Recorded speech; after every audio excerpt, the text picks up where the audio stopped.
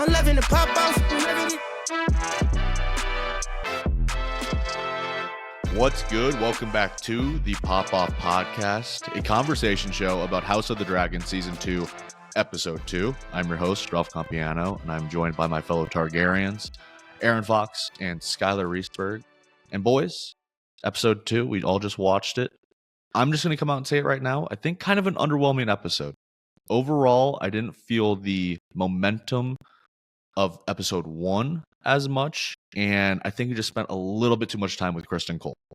Like, that guy was ever present in this episode. What are your initial reactions to this episode of TV? It was our second episode of grief. You know, we dealt with it the first one, and that was normal. We needed that as an audience. It kind of made sense. And then I'm not going to say I was surprised that this is the direction we took, I guess, with the tone of the show. But I mean, it just kind of felt with those back-to-back episodes. I know we're building to something, but you're right. It comes off a little underwhelming. We're a little impatient sometimes. Just want that action. We know it's happening. People are flying out to do cool shit. But we're just sitting a lot with Criston Cole. Hats off to that guy for getting a totally unwarranted promotion. But yeah, we're just kind of sitting there right now, and we know the action's coming, and we just want it. And so it did feel a little underwhelming, but still, I don't know. It's hard to say anything negative about it on episode 2. Sure. No, I'm not talking about the season as a whole. I'm just talking about this episode. Right. I'm saying, well, I guess my point there was we could look back at this episode with a little bit more like, I understand why all this was there. Sure. And I spent a lot of last week I rewatched season 8 of Game of Thrones just to kind of revisit it, get it fresh in my mind. I think the strength of Thrones was people in rooms talking. Like, the dragons were great. The magic is amazing. I love the battles and stuff like that. But really, when I'm most encapsulated is when Tyrion is having a conversation with somebody. And I just don't think there's a Tyrion in this show, right? I think that's pretty obvious. There isn't somebody I can connect with and mold with. And to your point about Criston, we'll talk about him, but he essentially got promoted by fucking his boss's mom. I guess that's all it takes in Westeros to get promoted at this point. Ehren, what did you think of the episode? I definitely thought it was one of those stepping stone episodes. I do think later on in the season we're going to look back and kind of see, feel better about it.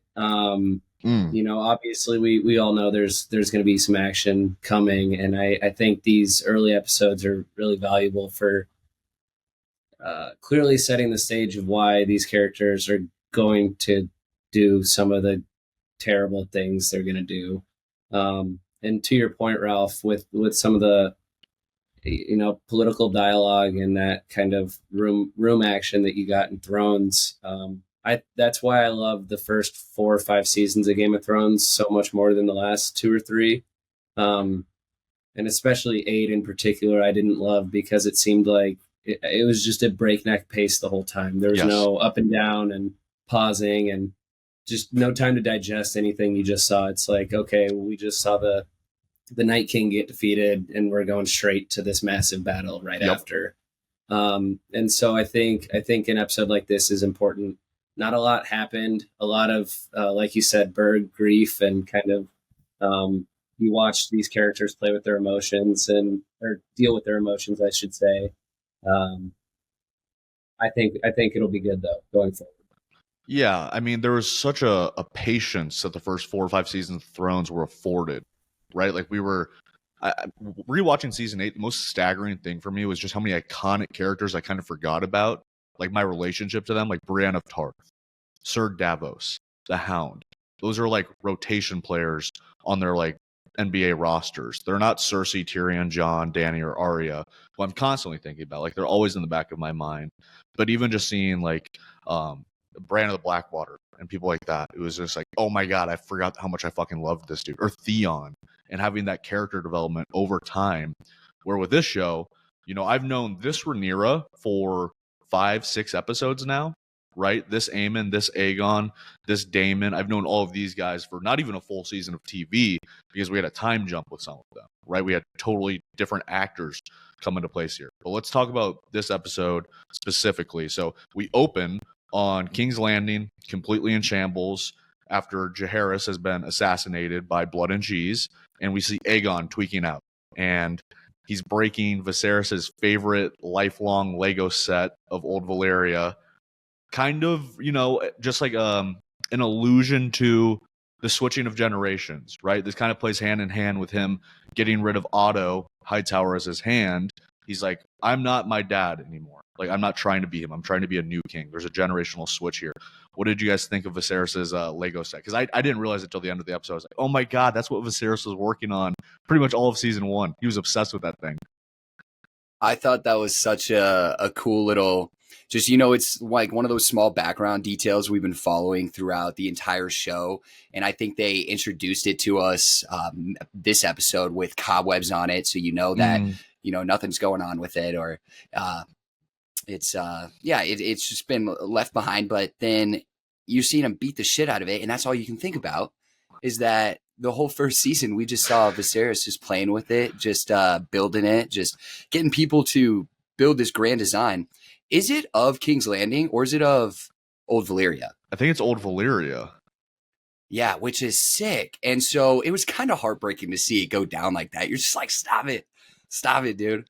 But and it's like we had a connection to it too, because like he spent we had a connection. We probably spent like 15 cumulative minutes of actual screen time watching Viserys toy around with that thing, or at least like paying mind to it. Like there was like serious time dedicated to it. So then we move into Alicent and her guilty and her grieving. Then I think probably one of the more integral parts of the episode is Otto playing kind of like a PR agent, trying to spin this death of Jaehaerys as leverage, essentially, for their team against the Blacks. His plan is to hold a funeral for a decapitated baby to paint the Blacks as kind of an evil party. And when they do the funeral, they have the people that are hoisting it say, "Behold the works of Rhaenyra Targaryen, pretender to the throne, evil bitch," all of this kind of stuff. Like 40 people showed up to this funeral, like actually in King's Landing. That was another thing I was shocked by. Rewatching season 8, it's like there are so many extras just in these episodes, and it's like you can't get more people to show up to King's Landing for House of the Dragon. Like, come on, give them the fucking budget to work with your dragons. I thought there was a lot of propaganda this episode, just right out in the open, because everybody plays the Game of Thrones. You always get a little propaganda going around here, but sure, this episode, it was just out in the open, whereas in the past, maybe you see where, if we throw back to Game of Thrones, Cersei's just doing something and she's doing it like with propaganda in mind, but she didn't come out and say, like, I'm going to come out and be nice to people because I know it'll make me look better. We just know she's doing it. Whereas they're having a full on, like you said, PR team discussion meeting, just sitting down, like, how can we spin this for a positive? Like, I know your son died, but I think it's actually for the best. And there's like an old school and new school way of thinking kind of clashing, where Aegon says explicitly, he's like, I'm not here to spill ink. I'm here to spill blood. I will not be perceived as weak. The way to do that is to hang the rat catchers. Versus Otto's like, no, we need to put out a good tweet for everybody to read, so that way they know that we're like politically correct in this instance. And even Helena says it too. She's like, I don't care about being closer to the people. I don't know the people. And Alicent has to remind her, hey, sometimes you just got to pretend. Like, you got to get up there and like put on either a sad face in this instance or a brave instance in others. Ehren, what did you think of the funeral? Did you like the stitching on the baby's neck like a fucking baseball? I thought that was neat. I wasn't sure how they were gonna do that. When they were talking about it, I was imagining just like the baby's head, like inches wobbling, separated from the body. I was expecting the little stone eyes, though, that they do in Game of Thrones. I was a little disappointed we didn't get that. But as far as like the machinations of Sir Otto Hightower, I think he's a really interesting character. He kind of reminds me of like a blend between Peter Baelish and Varys from Game of Thrones, where he's got the cunning and foresight that Peter Baelish kind of worked in, but then he also, I think, ultimately is wanting the best for the realm and to keep peace. So I thought that was interesting, but also just like, what a fucked up thing to do. He's fascinating to me because he's eventually removed as the hand here, and it spurs from an argument that he has with his grandson Aegon, where Aegon says, they're talking about Viserys, and he's like, you are not Viserys. Like, you're so fucking foolish. for letting all these people essentially run your kingdom that aren't you, for not consulting me with every decision that you make, because he doesn't trust me as the wiser man.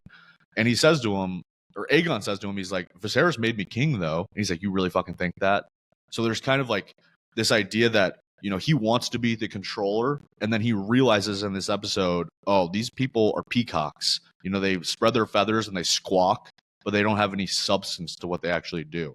And I can't control all of this. So maybe it is best if I take a step back. But if he takes a step back, he's going to let the world burn. Kind of like what happened with Varys in season 8, right? Like once Varys is out of the picture and he's burned by Dany, that's when we see her just go off her rocker. From then on out, it's like, oh shit, it's wraps for King's Landing. And Littlefinger, I like your point there, because like he is cunning, like he is smart, but is he as politically maneuvering and available as he paints himself as? I'm not sure if he is, because he ends up getting removed as the hand here. Let's spend a minute on Sir Criston. He is such a douchebag. He's trying to play, you know, kind of offensive coordinator the same way that Daemon did in the last episode, except this time around he's going to do the old-fashioned twin trick. And I didn't entirely blame him for this idea, because like I've been watching the NBA for, you know, a decade and a half now, and I still can't tell apart Markieff Morris and Marcus Morris. Like they look like the same person to me. So I don't blame him on that front. And I have, like, you know, the internet at my fingers where I could find the differences if I really wanted to. So King's Landing and Westeros, it's going to be hard to identify the difference between a dude named Arryk and his brother named Erryk. You know what? Could you guys really see the difference if you just focused on the hairline of the Erryks? Could you tell which one was who? You're focusing on hairline? I was focusing on hairlines. When it comes to twins, there's little small things you just got to look for. And one of them had I hope they actually are twins. I don't know if this is common knowledge. I'm going forward that they are actually just twins, not played by the same actor. Because one of them has like a more full set of hair, and the other one might just wear it tighter. And so his hairline's more exposed. And that's how I can tell tighter hairline guy or worse hairline guy. That's the good guy. And then the one with the fuller head. That's bad guy. Even though we brought it up, they're both good guys, and to a degree. Luke Tittensor plays evil Erryk, the badder guy, the one that's on Team Green, and Elliot Tittensor plays Sir Erryk with an E for the blacks. Oh, there we go. So they are twins, yeah. And they're E's, cool. Both E's in real life. Yeah, sure. All right, so yeah, what did you guys think of this machination, this plan? Did you buy it when Criston was cooking this up, or you're like, Criston, you're a fucking idiot. You're gonna be the worst hand of the king ever? Because that was my other thing. I'm like, I'm looking at Aegon and Criston as the king and the hand of the king. I'm like, is this the least legitimate king and hand of the king duo that we've had in the Thrones universe, other than maybe Tommen and who was his hand? Was that Cersei? Was it Tywin at that point? I can't remember. But like Tywin, I think, yeah. Tywin's legit. Like I trust Tywin, but I have no faith in Aegon or Criston. I feel like it was just a perfect illustration of everything Otto was saying, where you aren't thinking anything through right now. This is why you need me, because you're just making decisions without any, like killing all the rat catchers. How do you think that's going to end? Like 4 months from now, this city's already getting overrun by rats. Where do we see this going? But I like the idea. I just don't know why it was like, you got to go right now. Like, why is there no planning? There isn't even like maybe a scout team to, you know, scope out. I don't know if they have maps of all the castles in King's Landing at this point, but maybe do just a touch of research. It looked like Bad Erryk was kind of, you know, roaming around the halls like, where is she? You know, and it just seemed kind of silly, but yeah, not a bad idea at its core. Yep. Which I think that move just perfectly illustrates, though, in real time, he's making all these bad decisions, just not thinking it through. That's where his head's at. He's just focused on revenge and vengeance. He doesn't care. And so he goes from Otto Hightower, you know, served 2 or 3 kings, gives it to a city commander or the King's Guard, the head guy, that dude, Sir Criston, and he's going for strength. He heard one plan where he's like, you know what, it's kind of brilliant that he's sending his twin, which in a way it is, but it's also a half-ass rush plan. And so it's just that's where Aegon is right now. He's just not thinking things through. Just like, I want blood for blood right now. Yep. He says to him, when he fires him, Otto says, "You wouldn't dare." He said, "I have dared, and I find it stimulating." I thought that was my favorite quote of the episode. I was like, I'm using that for sure. And shortly after that, he says, "My new hand will not be a hand. He'll be a steel fist." So he's just like a war-ready king. He's not, one of these guys that's going to sit back. He wants to get after it right away. All right, so after this, we cut to some small folk people of King's Landing, real citizens, which we didn't spend a ton of time with in Thrones. I thought this was actually interesting. I believe his name was Hugh from the last episode, the one who was petitioning for more iron.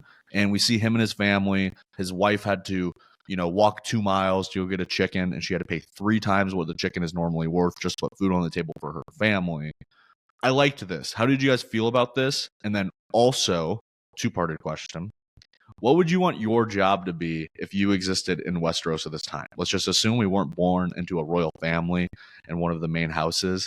Ehren, you're a coder. I'm not sure if they would have had coding technically back then. Maybe you could have done like some kind of, technological advancements for equipment and weapons and stuff like that. And then Riesberg, you'd be blueprinting, I suppose, for like new potential castles.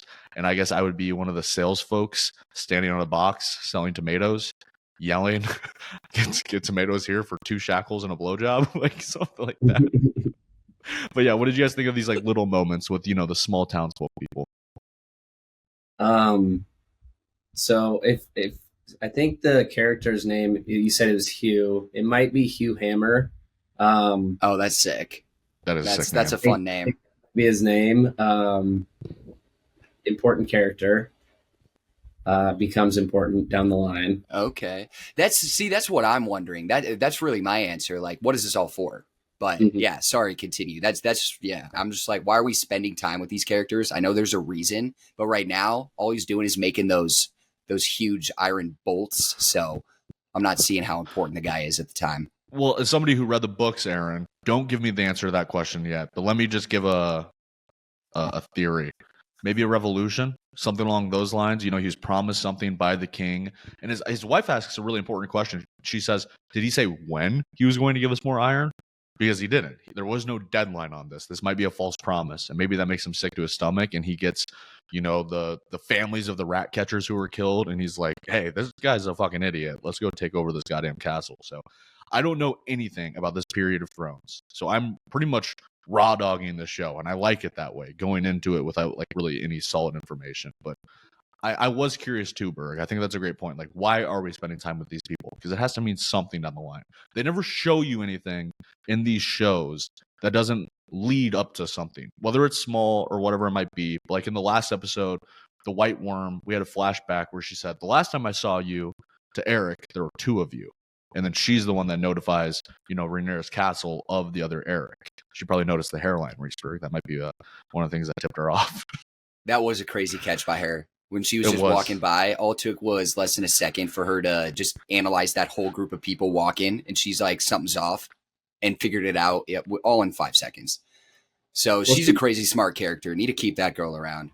I do not like her nickname, the White Worm, though. There has to be something better. It's so forgettable. I forgot it like 5 or 6 times already. Okay, I want to move. Well, they don't spend a lot of time with her either, honestly. Like, we just get quick glimpses of her, and it's always like, she's like the Varys of this show. If we have to put it there. Yep, I would agree. She's kind of serving that same role, kind of like Larys and her are the Varys and Littlefinger of this show. We did spend one quick moment, maybe the most forgettable part of the episode. Ehren, maybe there's something more important to it, but Jace and his cousin, I believe it's Baela. I wrote down, does Jace have a fascination for light-skinned women?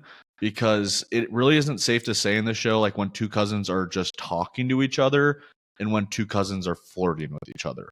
So I couldn't separate the 2. Is there anything deeper to that relationship than I'm, proclaiming? Definitely. I think they both, obviously, I could be wrong, but Baela and Luke, were they like kind of betrothed or promised for one another? I could have that backwards, but it might be. I feel like it's like a tightening kinship around the death of Luke. They become closer and closer. But I was definitely getting some lovey-dovey. Well, then Jace was also proposed to or betrothed to the other sister, wasn't he? They kind of did a double thing going on there, which seems a little messy in the family, but yeah. We haven't seen the other sister in a minute. We honestly don't get a lot of time with Bela, or I know it starts with an L, but her sister. Lena or something like that. Well, they just don't spend a lot of time in between like the immediate families. Like there's supposed to be this moment between Aegon and Helena after the death of their son, and they meet on the stairs, and all they do is share a look at each other. They don't even speak with one another. And then obviously Alicent walks in on Aegon at the end of the episode, and he's crying.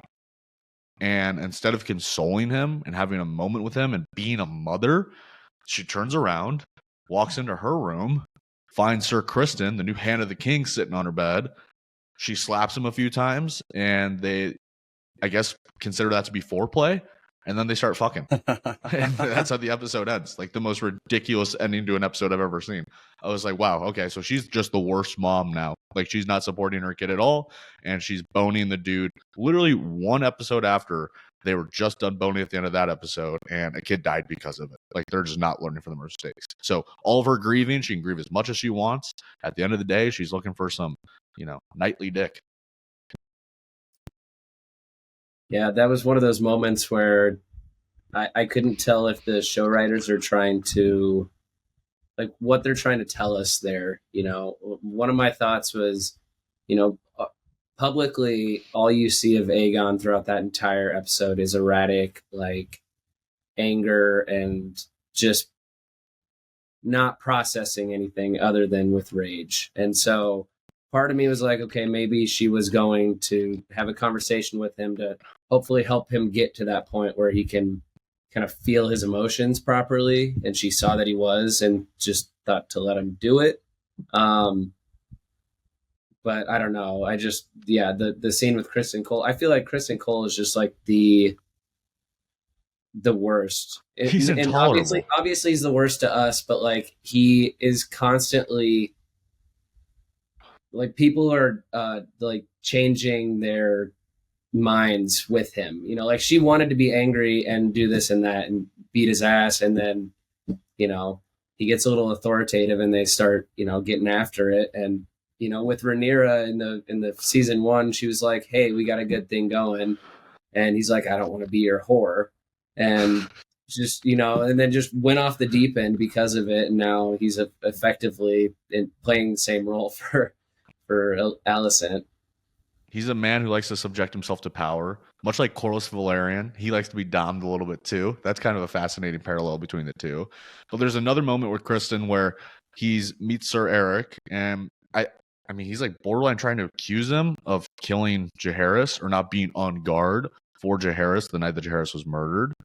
And he does it by saying, dude, look at your fucking cloak. Like, that shit's dirty. And he tries to embarrass him in front of everybody. I'm like, can this guy do one thing positively? Like, is he going to give me anything in this entire season of TV where I'm like at his back? Because so far he's just 0 for 15 from the fucking field. Yeah, and on top of that, it just makes it worse that why the whole time he's beaten down on this good guy, Sir Erryk. He's got an ulterior motive there. He knows that it's going to end up, he's going to send him on this mission, and he's being absolutely hypocritical in this. Where were you? He gets questioned by it, but because he's the top dog, he just slides right around it, says, hey, you want to get back in good graces, this is how you get it. And he's just being the most manipulative, just bitch, honestly. Yeah, so hypocritical. It was hard to watch. He was just gaslighting the shit out of him. Yeah. In the scene before where Alicent was in the bathtub, and she goes to talk to him for a second outside the door. And he goes, what do you think of me, or something like that? And she was basically like, you look like a man who is looking for absolution. And he's like, there's no absolution here for what I've done. Yep. But then he turns around and tries to make himself feel better by doing the impossible and slaying the queen. So it's just kind of some bitch made behavior. He's a bitch. I'm glad we all agree on him being a bitch. I thought one of you was going to defend him, but I'm glad we're on the same side here. We did spend some time with the Velaryons in this episode. Alan and Adam, specifically, of the Velaryon fleet. These are the Black brothers that are a part of it. Alan's the gentleman that saved Corlys, the sea snake, from the sea. And I thought this was interesting too, because now we're getting a new scope into a family that isn't royal. They're not Valyrians technically, but they're part of that fleet. And they're trying to capitalize on this opportunity of like, hey, you saved a lord. Like, let's make the most of this. And I thought Adam, the guy who played him, whoever that is, I thought he was fucking awesome in this episode. So I'd like to spend more time with them because I really like that part of the world. I like the big, ripped black dudes that are working on the ships that seem like they could kick some serious ass. And we just didn't get a ton of, well, we didn't get any Valyrian army and Throne. So it's nice to have it here. But Aaron, could you kind of talk us through like why the Valyrian army is so legit? I mean, we're all familiar with, Valyrian steel and the swords, but what it is about them that makes them a powerful house that Rhaenyra should be thankful to have on their side. Yes, I will. But I want to make one distinction. Thank you. Valyrian with the I is like of old Valyria. So okay. Targaryens, the Velaryons. So the family is with the Y. It's the Velaryons. Oh, interesting. Okay. Yeah. So it's kind of frustrating. Like it's an Arryk and Erryk situation. Pretty much. Yeah. Literally. But no, really, they have an unrivaled master of the sea.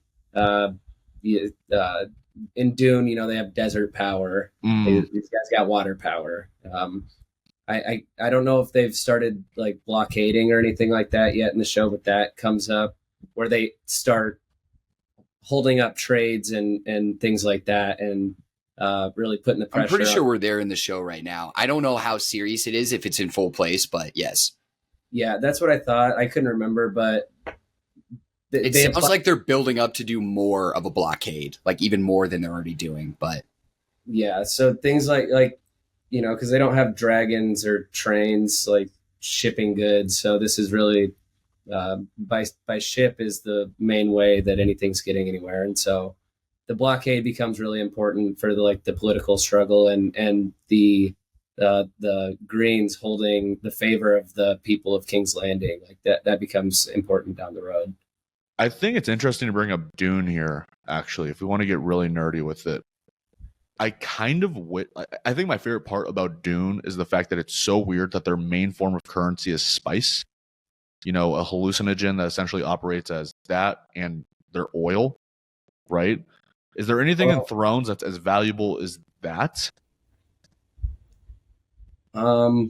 I'm not sure about like equivalent, like actual like fiscal value, right? Like they just have gold and they have dragons. I guess that would be like the only thing that's like really comparable to it. And the chase for dragons power. And Valyrian steel, or yeah.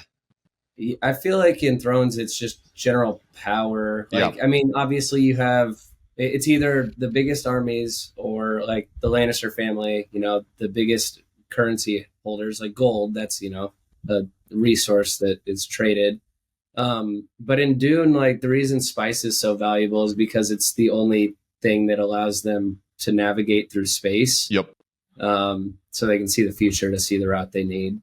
But I don't think in Thrones there's really anything comparable because they don't have anything of that scope that's that big. I don't know. Maybe Bran. Bran would be the most valuable resource. Yeah, right. The three-eyed raven. And yeah, I guess Helena. Can we talk about Helena for a second?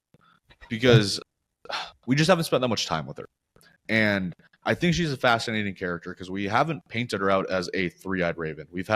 You sent us something earlier this week, Aaron, from Twitter, talking about her, whispering under her breath, like the rats are coming, whatever it might have been. And how she said that, she was more scared of rats than she was dragons. And eventually the rat catchers ended up killing her son. And then in this episode, really all we get from her is a panic attack at the funeral. Like that's about it. And, a couple conversations, one with Allison, and I guess that's really about it. Do you guys want to see more from her? Because I think that she is a underutilized resource. Like we're spending so much time with Kristen Cole and so little time with the literal queen of King's Landing right now. Like she is, she's the sister, but she's also the wife of the king. I kind of feel like she is probably one of the most tragic characters in House of the Dragon. her and Aegon, neither one of them wanted to marry their sibling and have kids with each other. Had to do that. She's got this weird, prescience that she doesn't speak up on outwardly, but people also aren't picking up on. And, like when Rhaenyra found out that they were accusing her of killing Jaehaerys, she was like, to Helena of all people, why would I do that? I would never do that. It's Helena, and I feel like she's just kind of swept under the rug by everybody. But you also have these glimpses from Alicent and Rhaenyra in this case. Like Alicent was more concerned with what her daughter was going through than the fact that she just lost a grandson, or even that Helena's son had died. It was more like the impact on Helena itself. And you kind of see that during the funeral procession when they hit the crack in the ground and the procession stops for a minute there, and Helena starts, having a full-blown panic attack and seemingly on the verge of straight up mental collapse. I just think she's fascinating because it's like she reminds me she isn't cunning politically because she seems almost anti-politics, right? She's disinterested in all of these, machinations and schemes that all of her family seems to be completely dominated by. And we should talk about their other sibling, Aemon, who has been one of the more critical characters last 4 or 5 episodes. Obviously, the rider of Vhagar, the biggest dragon in Westeros. But the only moment that we really spend with him in this episode is, I think it's at a brothel, right? Is it technically a brothel? And he's confiding in a MILF that like he loves, and I think she might even be his surrogate mother, if I'm not mistaken, which is kind of crazy. I think the girl he lost his virginity to. That's as well wild to me because like when he was 13, she's a big-bodied woman, and he is shockingly skinny. Like he is so goddamn little. Just seeing him ass naked right there, like he's pencil thin. He looks like a piece of, loose leaf paper. What did you guys think of our Aemon moment? Did you want more from him in this episode? And what did you think about what we got from it? I feel like we definitely, I personally like the whole Aemon arc going on. I like to see his character. He's an interesting guy to watch, especially out of all the characters we have. He's one of the more fascinating because we know he's usually bringing the action. He's the rider of Vhagar. He has a good backstory going. And we only got that one scene with him. And I thought it was interesting that, at least personally, it kind of felt like they were trying to redeem him a little, make him a little more human. And because he was bringing up all these emotions inside him, like, yes, it was pretty cool that he thought it was cool his uncle was trying to kill him because it was like a sign of respect. He's like, he wants to kill me in my sleep. Like that's the only way he thinks he can do it.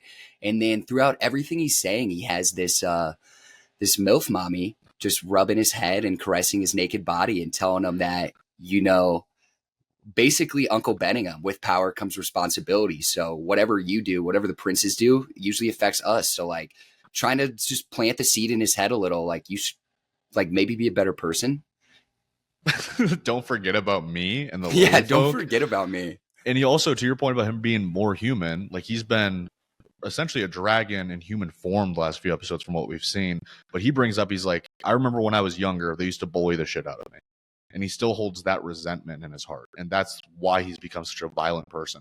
That's why his eye is fucking missing and he can't close it. And it's crystal blue for the rest of eternity. And he's going to be difficult to look at for most people, right? Most women, most girls that he's going to have to be able to pursue to have a hand in marriage too.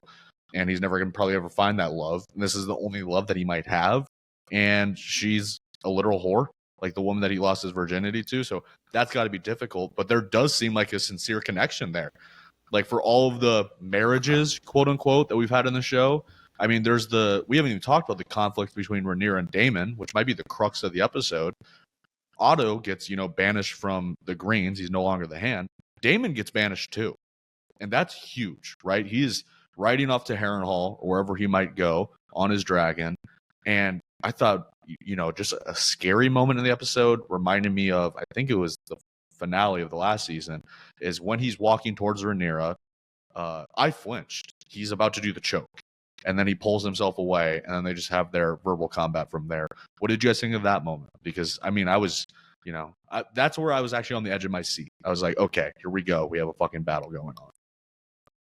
real quick, right before we get into that, I just want to say one last thing about Aemon. Sure. When we saw the top-down view of him curled up, the way he was, the only thing I could think of was Voldemort in the seventh Harry Potter when he's, the like last the naked horror baby. Yep. Yeah. Yeah, that was a really striking scene. I think that's going to stick with us all. It definitely was. It reminded me of a few things, but He's in the fetal betrothed? Is he going to be betrothed to a Baratheon? Didn't he, when he rode out and we saw him in that, wasn't he making a marriage pact?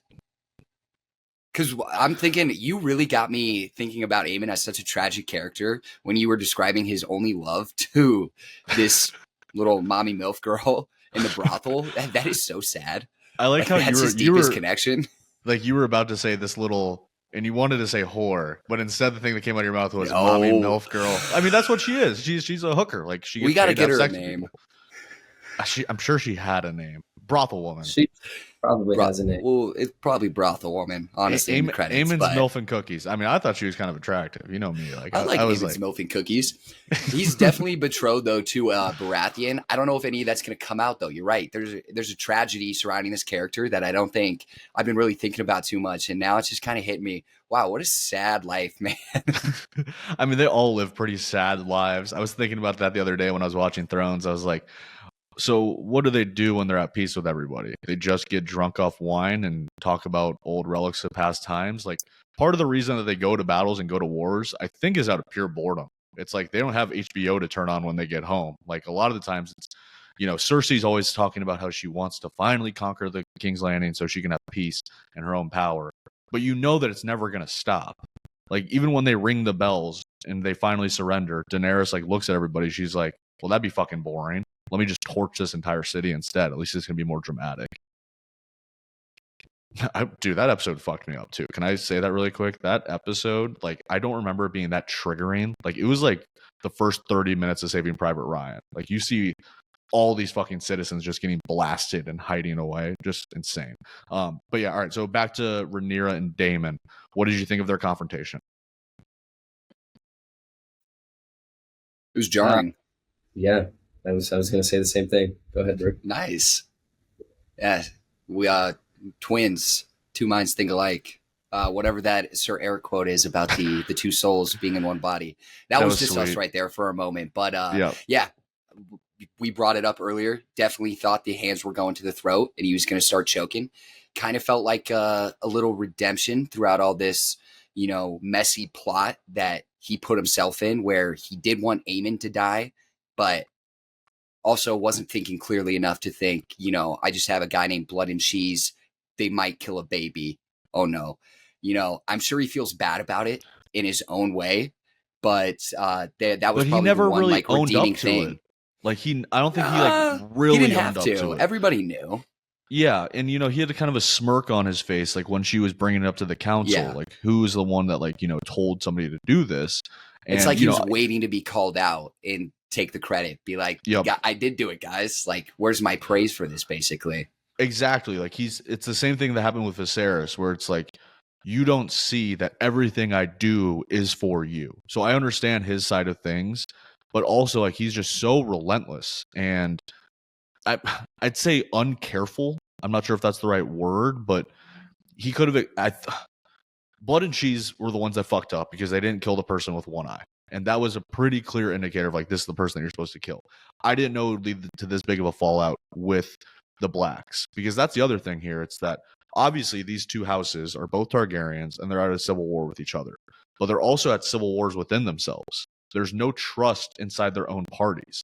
Like everybody is politicking, everybody is trying to do the best that they can. But at the end of the day, they're kind of, forging their own way to the throne. Like Rhaenyra asks them straight up, not like, do you respect a king or a queen? Do you respect me to be your queen? Can I be your ruler? And he can't answer. Like you would think that would be the opportunity for him to be like, yes, I love you, even though you're my niece. I support you. I'll do whatever it takes. But he can't. He can't own up to that. And like he's just not mature enough, despite being fucking 20 years older than her, to kind of stake his claim as, hey, I'll be your fucking hand. I'll be your knight. I'll be whatever you need me to be. Like, use me as your queen on the chessboard. I'll just protect you, though. You're the king on the chessboard here. He can't do that. And that's it's disappointing and it's sad. I thought that was a really good conversation between Rhaenyra and Daemon, where we know who Daemon is, or at least we think we do. We have our assumptions, but she kind of came out and said it, plain and clear. Like, I see through you. Like, as a child, I thought this was something that could change, but now I know, like, I have enough problems. I don't need to have this problem of trying to change you. As much as I think Daemon thinks what he's doing is serving for others and doing it for the best, doing what's best for the family and what's best for the realm. He ultimately is self-serving, and all his decisions do kind of come back to him. It sounds like maybe there is some almost subconscious part of him, because he maybe tells himself, I am over, the seat of the throne has passed me. I'm over that. But all the actions he takes and the demeanor he has around these conversations just kind of let everybody know you're ultimately not over that. And this is kind of who your character is and is going to continue to be. So I thought it was really cool that throughout that conversation, Rhaenyra just kind of shed light on that. There's no more secrets anymore. This is who Daemon is. So where do we go from here, kind of thing? Will there be I think they will reconcile, but more out of, they have to. They're in a civil war. They need each other. They need the dragons. Rather than out of love. Yeah. I think part of the reaction too was like guilt from both sides. Like you said, Daemon can't acknowledge that out loud, that this was his fault. Whether or not he meant this to happen, it would be contrary to his character to do that. If he starts having those internal reflections, he's going to become a whole different person. And at the end of the day, he's like a sword. He just point him, like Rainey said, like, you can command Daemon, but at the end of the day, he's going to be the master of whatever he's doing. And so, and even up to this point, he was doing stuff for Viserys in season 1 where he was basically a one-man army. And I don't know if you guys watched the trailer clip for the next episode, him going to Harrenhal, but it did not look like he had much support.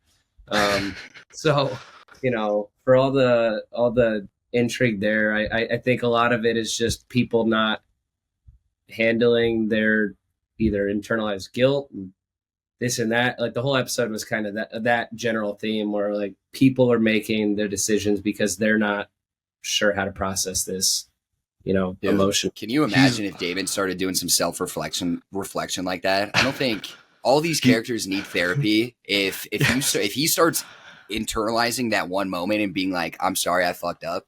Imagine the spiral, the little rabbit hole he goes down of, like, every bad thing he's ever done and trying to own up to it rather than just continue to be Daemon. Daemon, Kristen, and Aegon are probably the 3 people in the show that need therapy the most, and they're also the 3 less likely to receive it if it's offered to them. Like, they're not going to take anybody up on that offer. But to your point, Aaron, about him being a fucking badass as a sword, I mean, we're only a season removed from him crushing the crab feeder, and he's just dominating, like, one dude at a time with that fucking sword. Because that was the other thing, revisiting Thrones season 8, there's a moment in The Long Night where Dany gets removed from her dragon and she's helpless. She has to have Jorah fend everybody off. And then there's a moment in this episode where Rhaenyra is in bed and Erryk is attacking her. And I said out loud to Charlie and Tom while we're watching, I'm like, Rhaenyra, you have fucking legs. Move. Like, get out of that goddamn room. She's taking forever to move. They're useless with other dragons. I mean, they have their mind, they have their strategy and all that kind of stuff. And that is helpful. But at some point, you got to pick up a fucking sword. And Daemon is like the one. So I understand why he's so frustrated, because, Rhaenys was talking about it to Corlys in bed, where she's like, it's tough to get passed up on when you're next in line for the throne, when you're the heir. And it's really hard to let that go. And some people can't. She's like, I struggle with it still. There's moments where I want it, but I've realized it's not my destiny. Daemon hasn't realized that's not his destiny. He still thinks that, hey, if I were king right now, none of this shit would be happening. There wouldn't be no civil war between dragons. We'd have 16 dragons in our fleet instead of 12 and 4 divided between each other. So he's just a fascinating character. He was pretty much absent for the second half of the episode, so I'm really excited to see him again in episode 3. Let's do the IMDb score again. 1 to 10. How did you guys feel about this episode as a whole? I'll do it again first this time. I thought it was slightly underwhelming, but like you said, Aaron, after this conversation, I think I've warmed up on it a little bit.